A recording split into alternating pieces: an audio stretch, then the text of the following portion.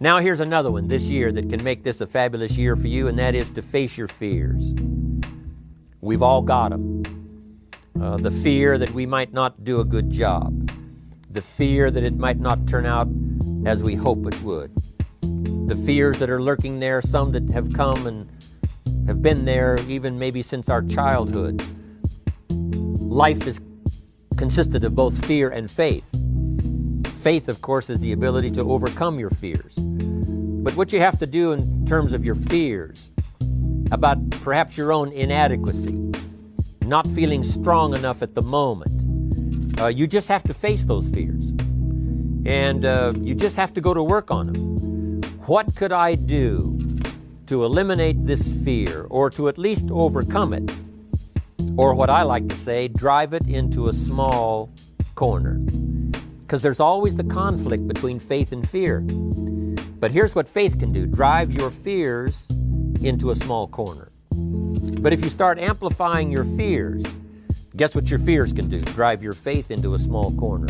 There's always a contest between one and the other, between good and evil, between darkness and light, between sickness and health, between liberty and tyranny. The contest is always on. But what we have to learn to do is face that dark side, face that difficult side, and see if we can't manage it. Maybe not eliminate it altogether, but drive it into such a small corner that it does not affect the rest of your performance. So face your fears, whatever they are. This is a good year to do that. You've got the strength to do it. You've got the help to do it. You've got the support to do it. This is the time to do it, this year, to make this your best year. Here's the books I'm reading. Here's what's happened. I'm developing the skills. I'm better this year than I was last year. I've got more self-confidence. My skills are developing. That's what I want for you. And now I'd like to leave you with these 4 questions called questions to ponder. These questions were valuable for me, and I want to make them valuable for you. Here's the first one. Why? We all ask why we should work this hard. Why take that many classes? Why go to school that many years? Why take the notes? Why read the books? Why work that hard? Why put yourself through the push-ups and the disciplines? Why? Good question, why? Best answer to why, I think, is the second question. Why not? Why not see how many books you can read, how many classes you can take, how many skills you can develop? Why not see how valuable you could become to the marketplace, and to your friends, and to your family? Why not see what you can make of yourself? Why not see how far you can go, how much you can see, how much you can earn, how much you can share? Why not? That's the heritage all of us have, in America especially, is to see what we can make out of our lives now that we've been given this extraordinary opportunity. Now, my third question I'd love to ask you in person.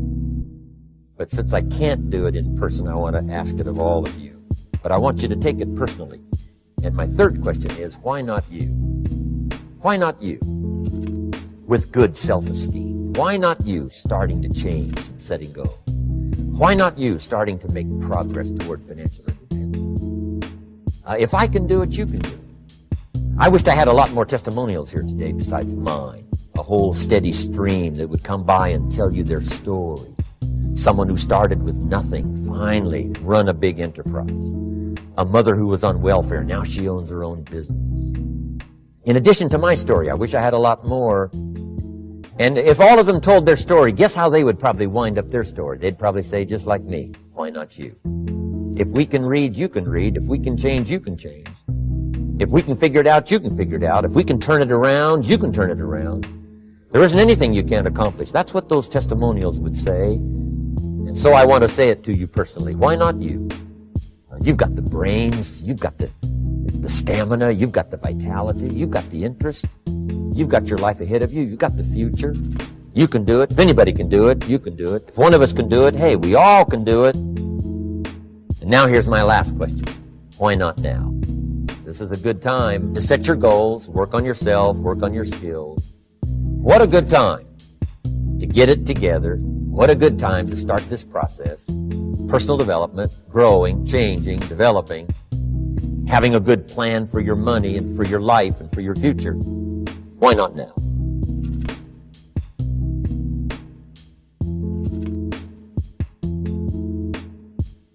What the ordinary person sees as failure, the master simply sees as part of the process of refining your craft. So, number one, you've got to have grit.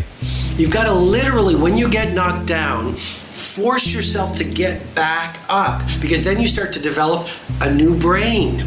Yes, you develop a new neural pathway. Yes, you develop new muscle memory. And yes, you develop confidence. Remember that every time you get knocked down, it's an opportunity for you to develop more confidence, develop more experience, develop more inner power. Okay, every time you do something that you didn't feel like doing, like getting back up after you failed, or staying true to yourself after you've been laughed at or told it can't be done, literally, you become more powerful. And every single time you don't feel like persisting, and you do, you take back your power to the thing that you gave your resistance to. When I'm procrastinating because there is indecision, and this is a particular breed of procrastination. In other words, if I have 10 things on my to-do list or 10 potential projects I could pursue, what to do in that situation? And what I ask myself is, which one of these, if done, will make the rest irrelevant or easier? This is a key question I ask all the time. Which one of these will make all the rest easier to do, if done first, or all of the rest of them irrelevant, don't even need to do them? That is how I will then hone in on one piece of the puzzle. And this can be applied all over the place. But let's just say it's the double of the podcast. It could be losing weight. All right, you can see that's very, very amorphous. We need timelines. We need an amount to lose. And then you want to make it as small as possible. So I'll give you a different example. If you want to start flossing your teeth, who likes flossing their teeth? Pretty much nobody. So how do you start flossing your teeth? Well, you want to make it as easy as possible, to develop it as part of your routine, to make it as automatic as anything else that you do consistently. And you could borrow from, say, BJ Fogg, who's done a lot of research at Stanford and elsewhere. Make it as small as possible. Meaning, in the beginning, do less than you are capable of doing. So this is another key when you think something is too big or onerous. So it's too intimidating or it's too much of a pain in the ass. All right. So for flossing, you might say, I'm only going to floss my front 2 teeth. That's 3 gaps. That's all you're going to do. And you want to make it, again, as easy as possible. So you might use a water pick, or you might use those disposable flossing gadgets so you don't have to do tourniquets on your fingers, which is also one of the side effects of flossing that deters people. Make it as easy as possible. Now, this applies to a lot more than flossing. So I've talked to many of the people for, say, Tools of Titans, people who are 8-time New York Times bestselling authors, or prolific musicians, prolific music producers like Rick Rubin, who's legendary. And it all comes down to tiny homework assignments. So Rick, if he has a stuck artist, for instance, he will say, can you get me 1 word or 1 line that you might like for this song that you're working on by tomorrow? Is that possible? Many homework assignments, all right? So with a creative project in the beginning, that's one. It's related to a piece of advice that I got from Neil Strauss, 8-time New York Times bestselling author.